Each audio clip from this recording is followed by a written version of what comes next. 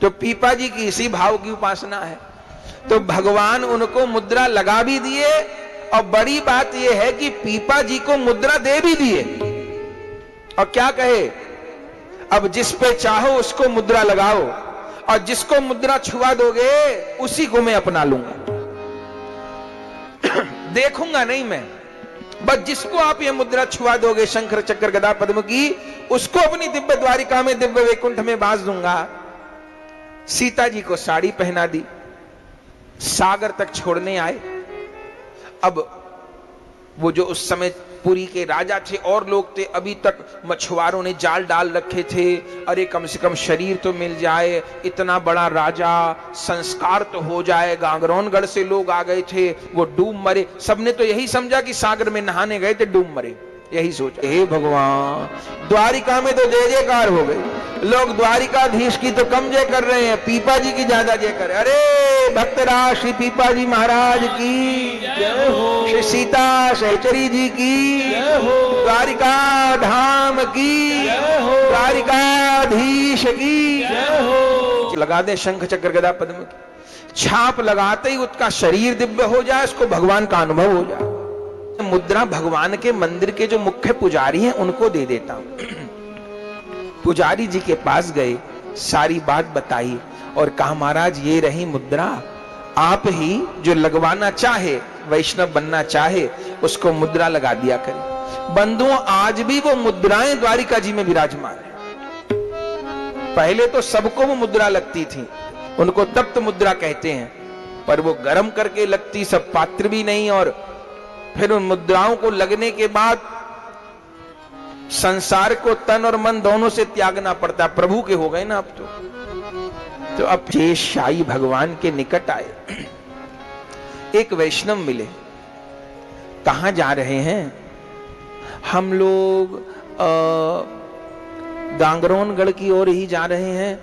अच्छा, तो यहां शेषशायी के आगे जंगल में एक भगत भक्तानी रहते हैं, उनका दर्शन जरूर करना। क्या नाम है? भगत जी का नाम है चीधर जी, भक्तानी का नाम है चिधरानी। बोले महाराज छोटा रास्ता है तो जंगल से चलो, सिंह की तो देखी जाएगी। अब तो दोनों पति पत्नी निडर हो गए, जंगल वाले रास्ते से चले। ये जो नाभाजी ने कहा ना, नाहर को उपदेश दियो, ये कथा आ रही है। जैसे जंगल से चले, नरभक्षी सिंह, जो नरभक्षी सिंह होता बड़ा खूंखार होता है। एक तो पशु भक्षी होता है जो पशुओं को खाए, लेकिन जो नरभक्षी हो जाता है, अगर किसी सिंह को मनुष्य का मांस मुंह लग गया तो सिंह को मनुष्य का मांस खाने में इतना स्वाद आता है, फिर वो पशु का नहीं खाता, फिर वो मनुष्य को ही खाता है। और कुछ भी हो जाए, वो भूखा मर जाएगा, खाएगा मनुष्य को। इसलिए नरभक्षी सिंह तो बड़ा खतरनाक होता है। पहुंच गए, दोनों कीर्तन करते हुए। सी को तो मनुष्यों की गंध आ जाती थी, जैसे मनुष्यों की गंध आई, झपटा महाराज, क्या कहना। उधर तो सिंह गर्जन करे और इधर पीपा जी महाराज भी गर्जन करें साधुओं को। तो जैसे प्रसाद होता है ना, तो पहले तो जयकारा होगा ही, पूरी जयकार होगी, आखिर में दोहा बोला जाएगा, राम कहे सुख उपजे, कृष्ण कहे दुख जाए, महिमा महाप्रसाद की सब पाव प्रेम लगाए। ठीक, प्रसाद शुरू हो गया। अब शुरू हो गया प्रसाद, बीच आ गया या और आगे आ गया, किसी ने पाना बंद कर दिया, किसी ने अभी चालू कर रखा है। उस समय गर्जना होने लगती हैं। कभी आप ध्यान दें, पुराने साधुओं को बैठे पाते देख के, वृंदावन में तो प्राय दर्शन होता है, क्या कहते हैं? राम नाम की पहली गर्जना। तो सब लोग जोर जोर कहेंगे, सियावर रामचंद्र भगवान की जय हो, गिरिराज धरण की जय हो। राम नाम की पहली गर्जना माने अब बता दो किसको क्या क्या चाहिए। खीर चाहिए तो बता दो, हलवा चाहिए तो बताओ, साग सब्जी चाहिए तो फिर भैया तो उनको फिर साग सब्जी जो चाहिए। अब फिर नहीं पता किसको भी पाना है, किसको उठना, तब फिर होगा राम नाम की दूसरी गर्जना। कहिए सियावर रामचंद्र भगवान की जय हो। पहली गर्जना पे एक जयकार होगी तो दूसरी गर्जना पे दो होगी। फिर भी किसी ने कह दिया भाई खीर चाहिए, ठीक है, दौड़ के उसको दी। अब होगी तीसरी गर्जना, श्री राम नाम की तीसरी गर्जना। कहो सियावर रामचंद्र भगवान की जय हो। अब के 3 गर्जना होंगी, और तो 3 गर्जना में भी अभी बैठा ही हुआ है तो उसको कहा जाएगा अब आप बैठे रहो, तसल्ली से पाओ, अब जिनको उठना है वो अब उठ सकते हैं। तीसरी गर्जना में, पहली पे नहीं उठेंगे, दूसरी पे नहीं। तो पीपाजी महाराज क्या कहे, वो सिंह गर्जना कर रहा है, खाना चाहता है।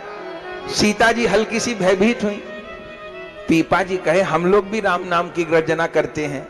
तो दोनों पति पत्नी राम नाम की गर्जना कर रहे। वो सिंह गर्ज रहा खूंखार, और ये दोनों पति पत्नी भी कहो सियावर रामचंद्र भगवान की, श्री द्वारिकाधीश भगवान की जय। उस सिंह की गर्जना तो बंद हो गई। भक्तमाल में नाभाजी कहते हैं, पीपा प्रताप जगवासना, नाहर को उपदेश दियो।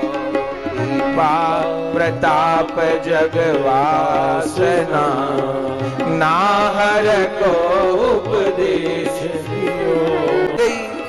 और नाभा गोस्वामी जी लिखते हैं, वो जो सिंह खूंखार सिंह राम नाम की गर्जना के आगे भयभीत हो गया, और जैसे कोई कुकर अपने आगे के पैर फैला के सरेंडर करे, शरणागति करे, ऐसे सिंह ने अपने आगे के पैर फैला दिए हैं। पीपाजी के चरणों में अपने सिर को जमीन पे टिका दिया। दोनों पति पत्नी अडिग होके खड़े हैं। महाराज भी बैठ गए हैं, सिंह के सिर पे हाथ फेर रहे हैं। अरे भैया,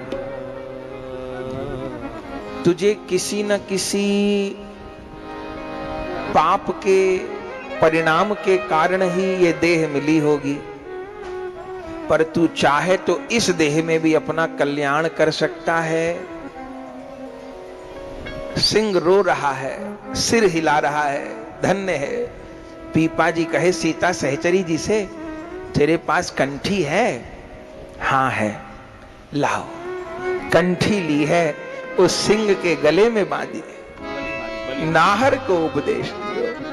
साथ में गोपी चंदन माथे पे तिलक कर दिया है, कान में राम मंत्र सुना दिया, और सिंह को कहा भैया अब तुम्हें हिंसा नहीं करनी है।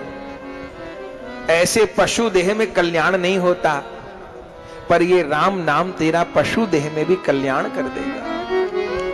उस सिंह ने पीपाजी सीता सहचरी जी की परिक्रमा करी बंधुओं, और प्रणाम करके अपने गुरु को जंगल में चला गया। भक्तमाल जी में लिखा है 7 दिन तक जीवित रहा वो सिंह। 7 दिन तक मांस तो क्या ग्रहण करना, उसने जल भी नहीं पिया। 7वें दिन शरीर छोड़ा। और ग्रंथ में तो यहां तक लिखा है कि ये सिंह कौन था।